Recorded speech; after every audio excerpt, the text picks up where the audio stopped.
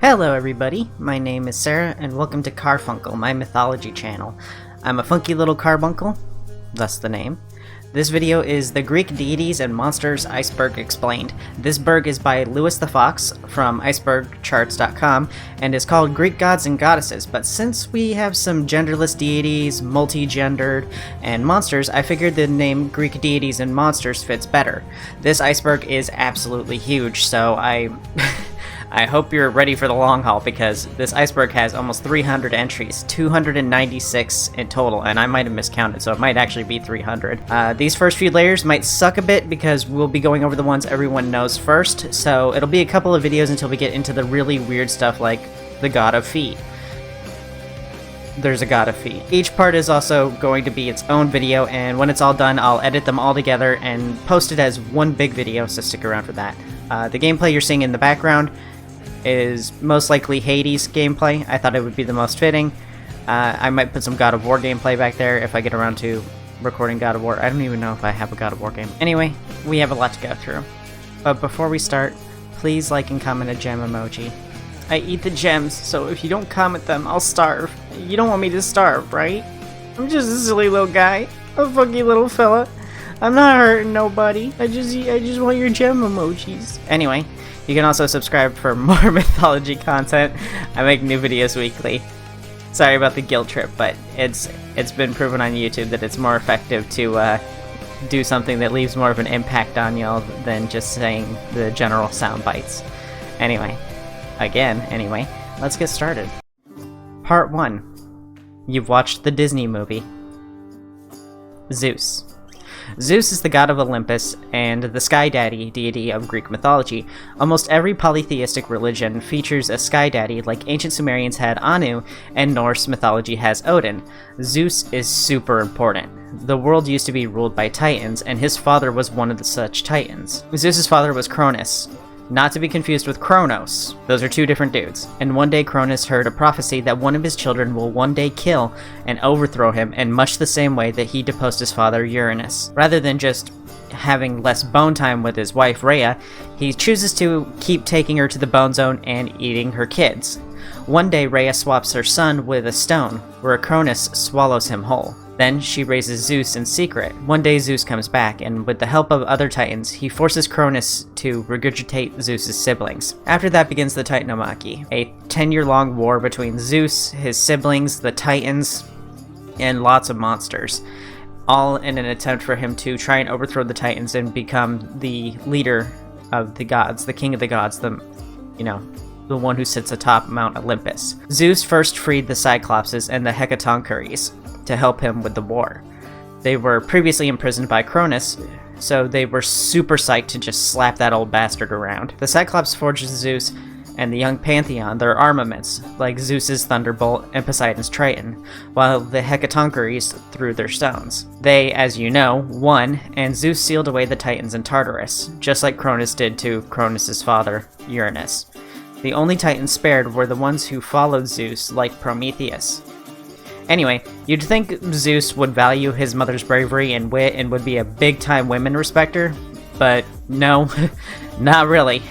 He's now as famous for cheating on his wife Hera as he was for being the king of Olympus. Hera. The wife and sister of Zeus is Hera, queen of the gods, and the goddess of marriage, women, and protector of women during childbirth. Hera is most known for being the wife of Zeus, and their proposal story is a little weird. Zeus wanted to bone his sister, and she said no, so she hid and Zeus turned into a cuckoo, a little bird, and flew to her one day and laid on her lap. Hera was like, sweet, free cuckoo, that's like 300 calories. Then covered him in her cloak. Zeus was like, okay, well, that was easier than I thought, and turned back into a human, his god humanoid form, and embraced her and promised to marry her in exchange for tickets to Pound Town. And she agreed. The marriage was good. They slayed some titans, had some kids, and then Zeus started sleeping with and assaulting women. Hera was pissed, and she tried to stage a coup and replace him as ruler of Olympus. She fed him food laced with poison, and while he was conked out, Hera and the other gods chained him down. But before they could kill him, one of the gods snitched. Zeus woke up and punished Hera by hanging her up in the sky by golden chains, where she wailed all night in agony, and it kept Zeus up, so... He's like, look, listen, lady, I'm trying to get some sleep here. I'm gonna spare you this time. No more torture. But if you have an issue with me sleeping around again, don't think I'll be so kind the next time.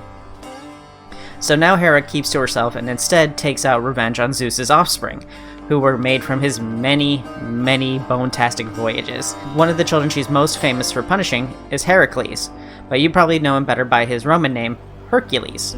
Poseidon. When Cronus was overthrown, Poseidon was one of his sons, and was dealt the sea as his domain. Zeus got the sky, and Hades got the underworld. Funny story about Poseidon.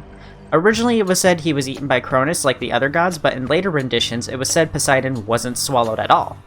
This was because Rhea gave Cronus a baby horse instead, and said she gave birth to a horse. Cronus must have failed sex ed because he believed her. I wonder if when he was forced to puke up the gods, if Cronus puked up a whole horse too. Like, do you think as he lay defeated, he's coughing up babies and the horse flies out? Do you think he still believed that the horse was Poseidon? I like to think he was that stupid. Anyway, Poseidon is god of the sea, and basically decides if you died to scurvy, died to the sea, or which of the many, many sea monsters you died to. Another cool thing, he was bi. He boned the ladies and the gents, and he wasn't picky on which he banged. He was also the father of Theseus, the hero who founded the city of Athens. Hades. The third son to Cronus, Hades inherited the underworld and is probably one of the most misunderstood gods in the Greek pantheon.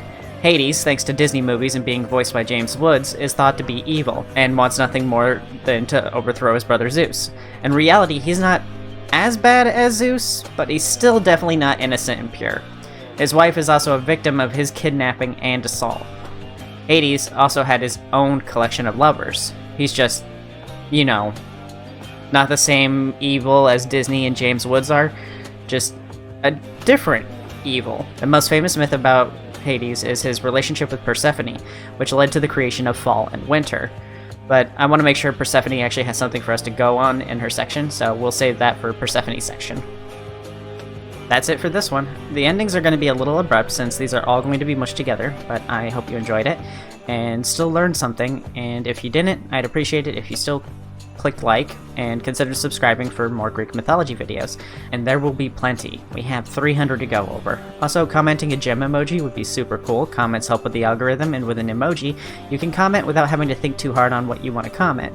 This channel is brand new, and I need all the help I can get with the algorithm, so sharing is cool too, and mythology is such an interesting and fun subject. I'm sure you have at least one friend who would like my videos. But for now, I'll see you all later. Stay funky.